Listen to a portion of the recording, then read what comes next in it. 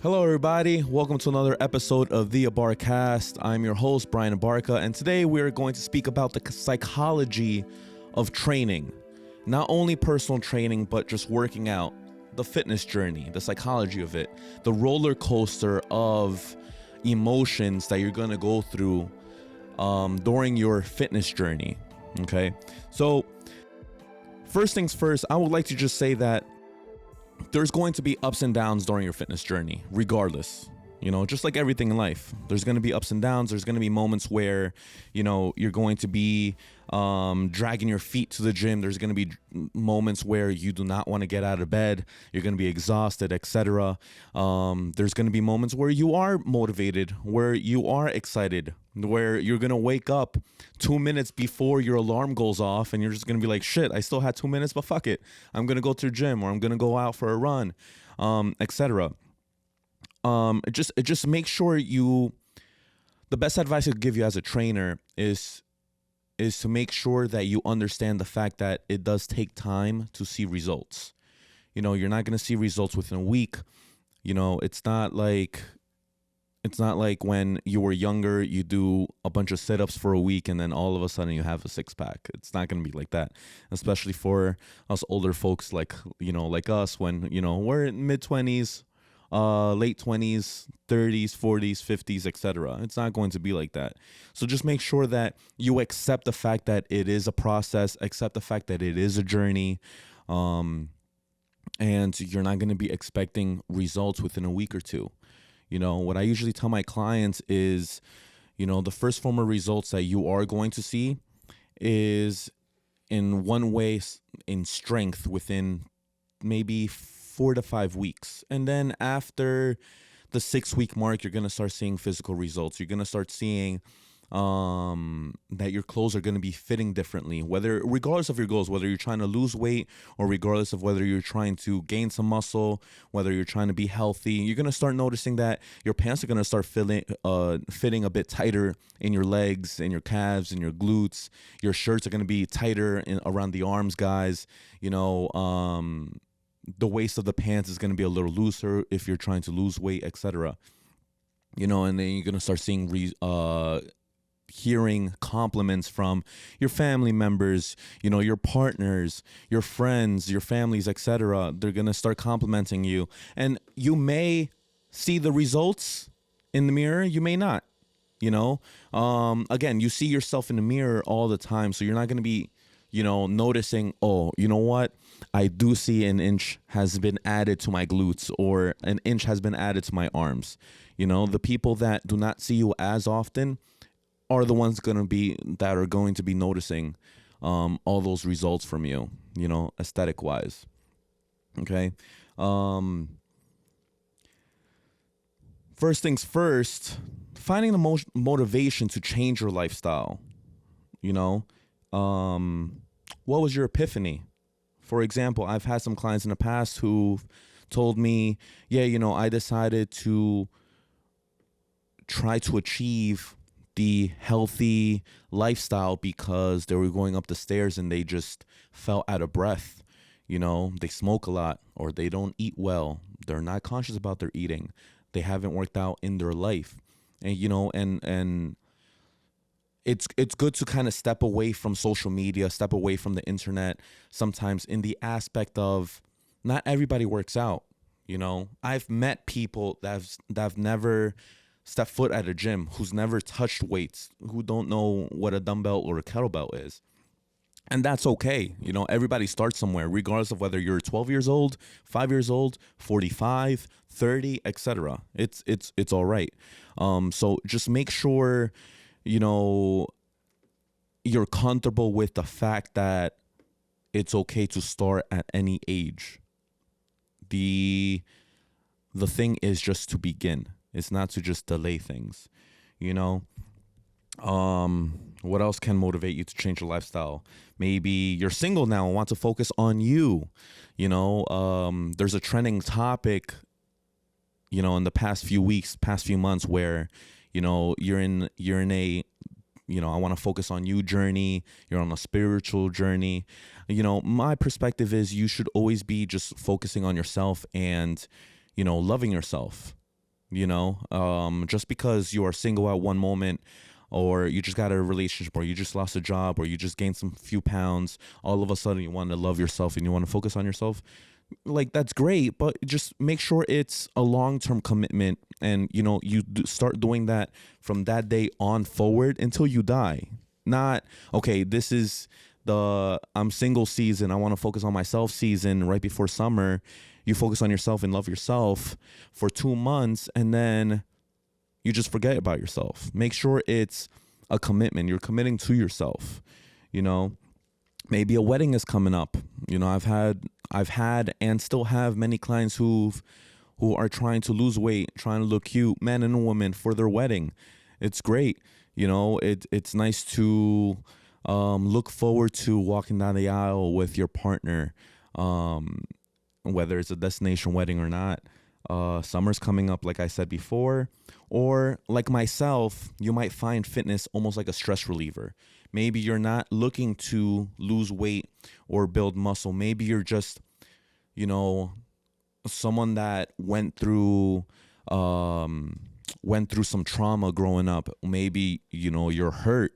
Maybe you just have a lot of anger issues, and you need a stress reliever. You need an outlet to relieve stress. And that's okay.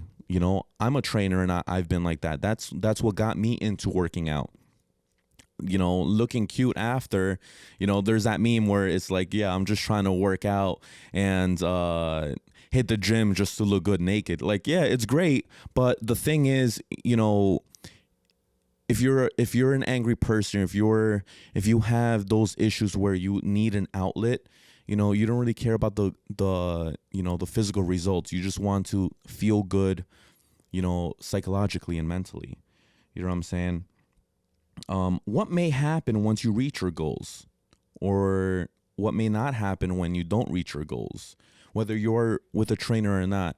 So the psychology of it, or the roller coaster of it, is you might get like a positive high, like, wow, I reached my goals. Let's say, regardless of whether you have a trainer or not. Fuck it. Let's go to the route where you have a trainer.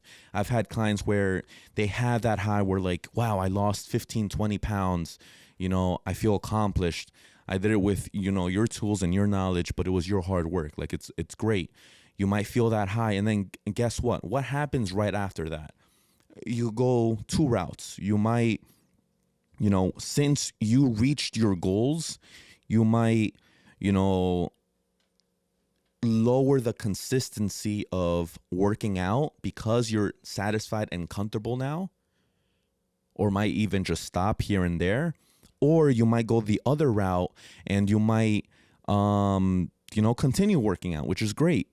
Now, if you don't reach your goals, this is the emotional roller coaster where you start questioning yourself. You start asking yourself, wow, like, did I really spend this much money on a trainer?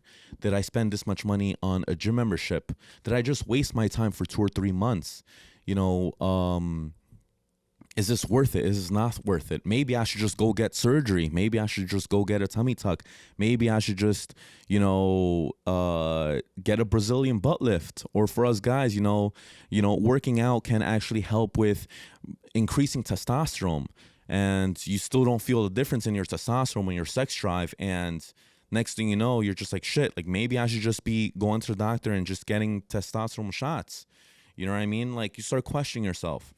And that's the emotional roller coaster. But that's where the theme of this like podcast episode is: you need to accept the fact that it's a journey. There's gonna be ups and downs.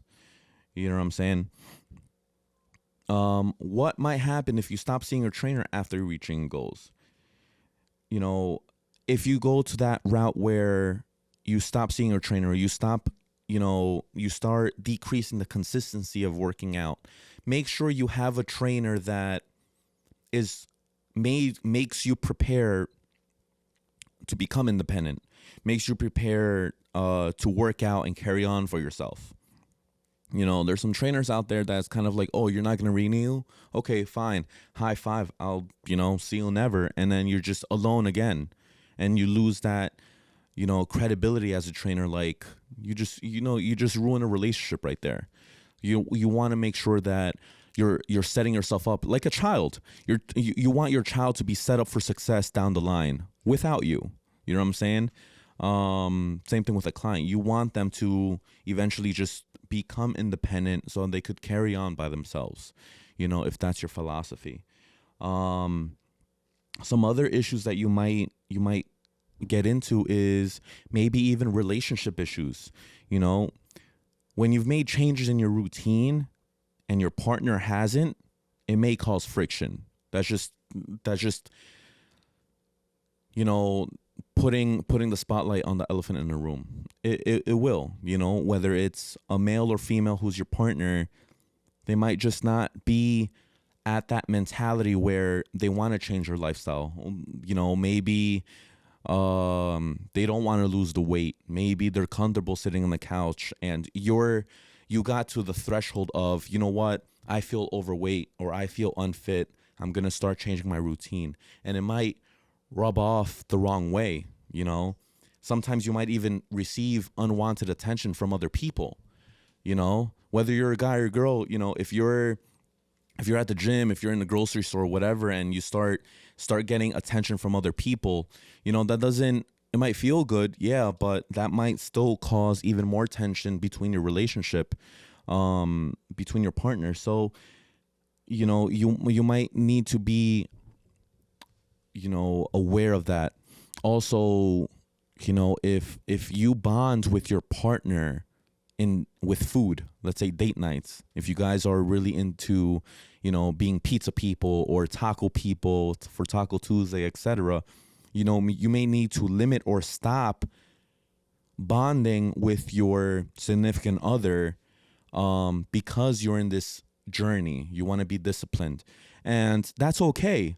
But just make sure, you are aware of that, and you try to find another hobby where you can actually bond with that person. Don't just take that hobby away from them and then carry on, on yourself, because then they're going to feel, excuse me, they're going to feel like they're being neglected, or they feel like they're being ignored, or they feel isolated now.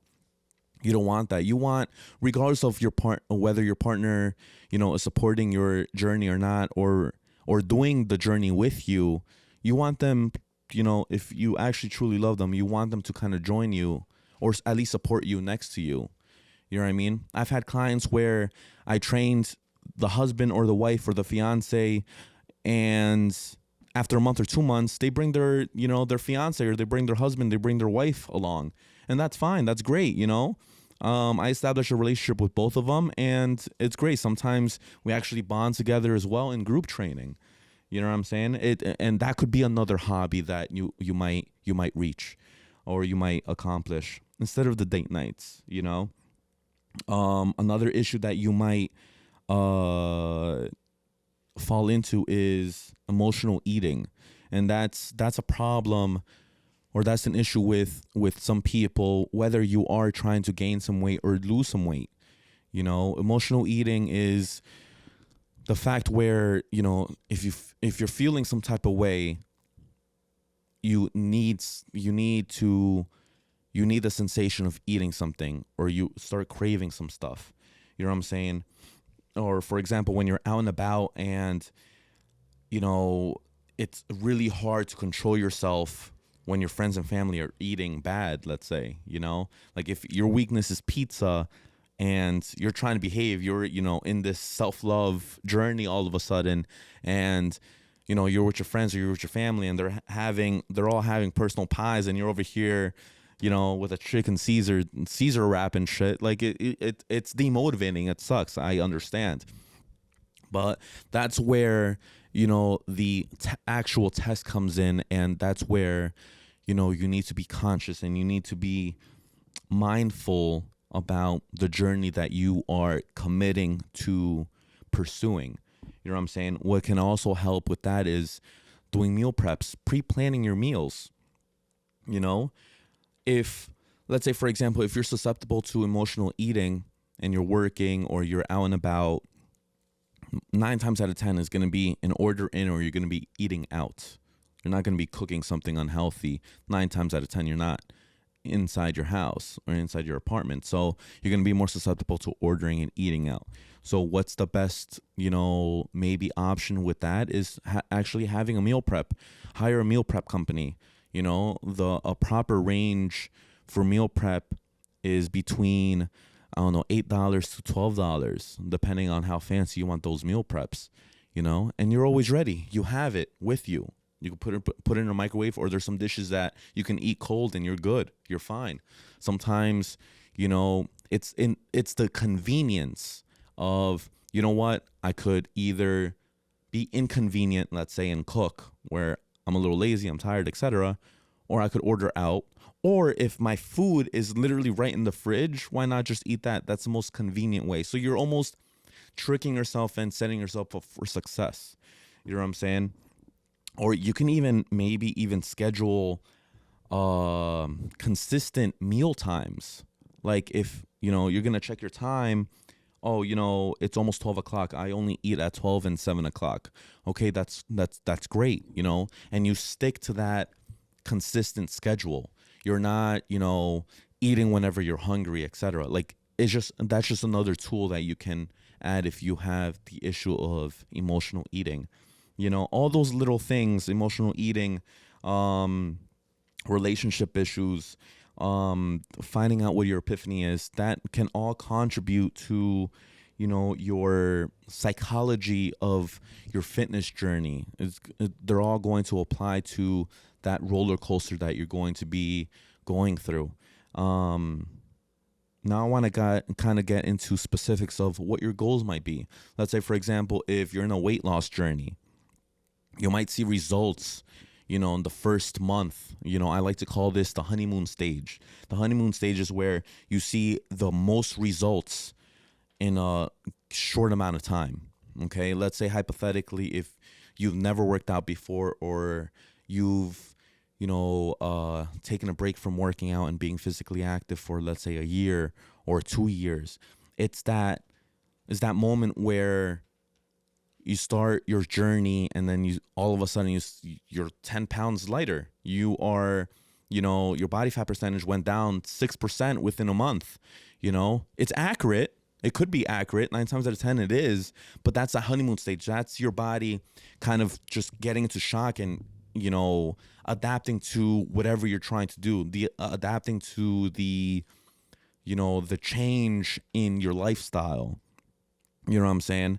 And that's what the honeymoon stage is. But what happens when you finish the honeymoon stage? What happens when, the honeymoon stage, I usually say it's between a month or 3 months. What happens when you're over that high, and then you start seeing only a pound difference or 2 pound difference, or maybe, only 1% body fat percentage, or maybe no change in your weight?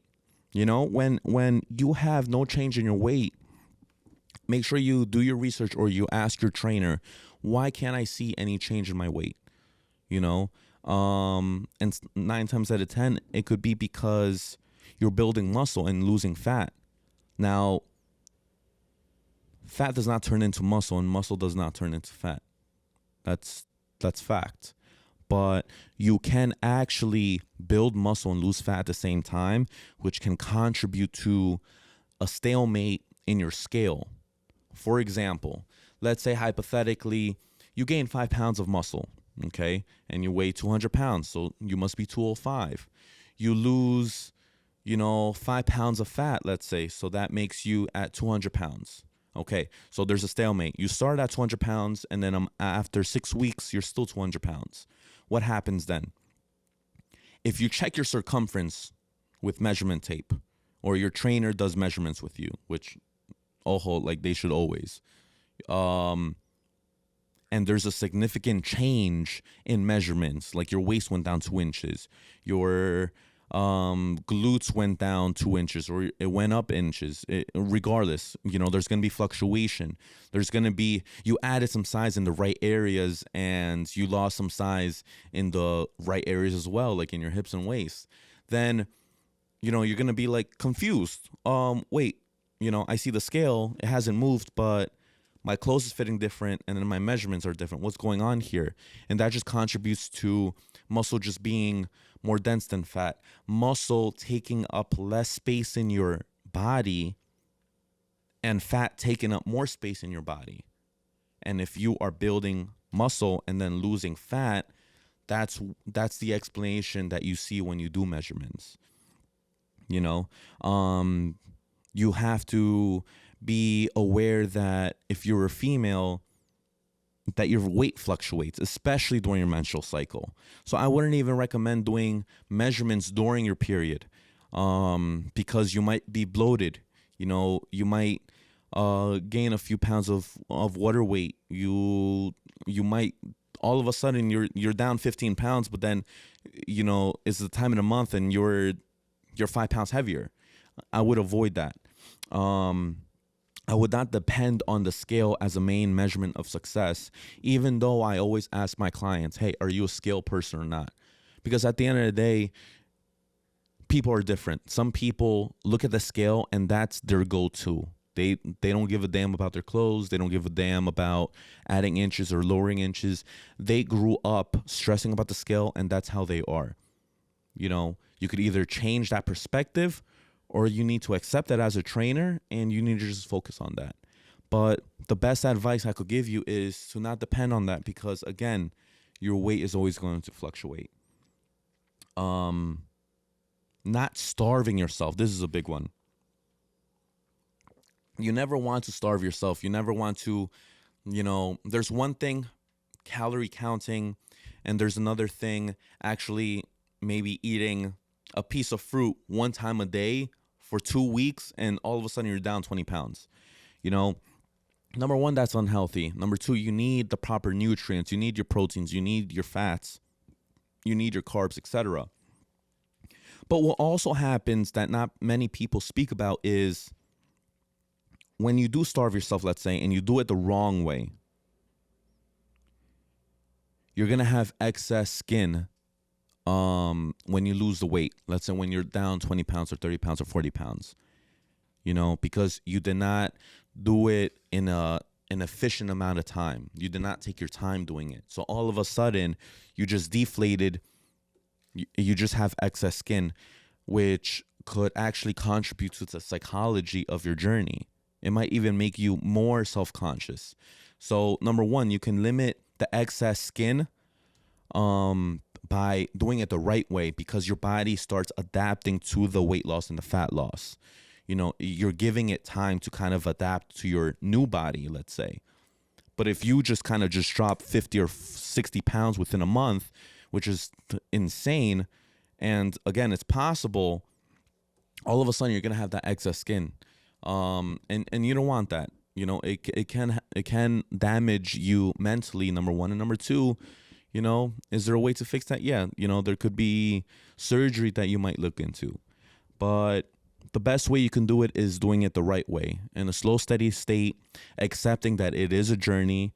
And then at that point, you might lose 50 or 60 pounds instead of within a month, within a year, let's say, and you're not going to be dealing with that excess skin as much, or even not even, transitioning into building muscle. Again, the honeymoon stage of all of a sudden, for my girls out there, for my females out there, you just gain three inches in your glutes. You just gain 2 inches in your legs. Everybody wants that. All women want the hour figure, the hourglass figure body, or for us guys, I remember I was an arm guy. I wanted bigger arms. I wanted my arms to kind of like almost rip off my shirt. And you might see in the honeymoon stage that your arms kind of grow 2-3 inches. You need to accept the fact that it is a honeymoon stage and take advantage of that honeymoon stage. If you don't take advantage of it, you're not reaching that full potential. For example, if there's the potential or the threshold of adding 3 inches, going from, let's say, for my females out there, from 37-inch circumference of your glutes to all the way 40, and you didn't take advantage of that honeymoon stage, it only went up to 38 and a half, you're missing that inch and a half that you could have gotten to. Or for us guys, if you want that 18-inch arms and you only got, up to 17, you could have just gotten that inch difference, and you really want to take advantage of the honeymoon stage. Make sure you are dedicated, which is the first month or first 2 months is probably the hardest. Make sure you're dedicated. Make sure you eat well. Make sure you don't miss any days. Make sure you're consistent with your trainer. Make sure you're consistent at the gym. The more muscle you build, the more calories you burn. So that in turn means that you need to eat in order to maintain the muscle. Let's say you built the muscle. Okay, the more muscle you have, the more you need to try to maintain. So where I'm trying to go with this is that if you barely eat, you're going to lose muscle. The catabolic state of, your body is going to be like, you know what? Instead of using carbs and sugar as energy, I'm going to be using the stored glycogen in your muscles, which is stored carbs, right? But that makes the circumference and the size of your muscles. And you're going to start noticing that your legs are going to get slimmer, your glutes are going to get slimmer, your arms are going to get slimmer. And then again, that falls into the psychology of your fitness journey. Then all of a sudden you become demotivated. So then all the hard work that you put in for 7 months or 8 months or a year just goes down the drain. Why? Because you lost 2 or 3 inches in your glutes or 2 inches in your arms. And then what? Like, there's going to be that fluctuation. You have to accept the fact, especially if you're trying to build muscle, that you lose muscle 5 times faster than you build. It takes so long to build an inch of muscle, a half an inch of muscle. But then all of a sudden, you start losing muscle because you skipped a proper week of eating well, or you skipped 2 weeks of working out. It takes almost nothing for you to lose muscle. It's so hard to maintain. So make sure you maintain it as much as possible. And then the mental side of building muscle, there's going to be times where you're going to be feeling great. You're going to get up out of bed and you're going to pass the mirror and you're going to be like, wow, that man or that woman looks amazing. I look like a snack. I look like a meal. I look like a 3-course meal.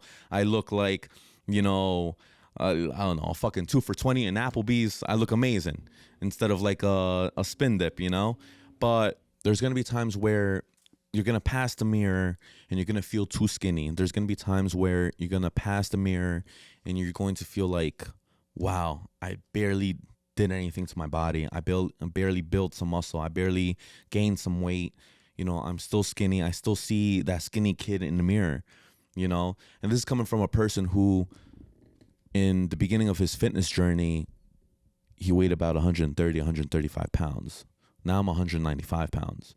You know what I'm saying? Sometimes I still pass the mirror and I still see that skinny kid that used to be called a lollipop with a big ass head. And you need to accept that. You need to just acknowledge the fact that it's the mental game, that the mentality where, your mind is just playing tricks on you, and that's something that you might go through in your building muscle journey or hypertrophy journey or your fitness journey. These are the psychologies and the roller coaster that you might feel or go through when you are in the middle of a fitness journey. Okay, guys, it's been a pleasure. I hope this helps. I've gotten a lot of requests in this type of topic, the mental side of training, the mental psychology of working out. If you guys do want a little bit more intake, or you want me to focus on a little bit more in specific topics in the fitness journey, let me know, DM me or email me or message me, text me, whatever, and I'll be happy to go into it in my future episodes. All right, I hope this helps. I love you all, and I'll see you in the next episode.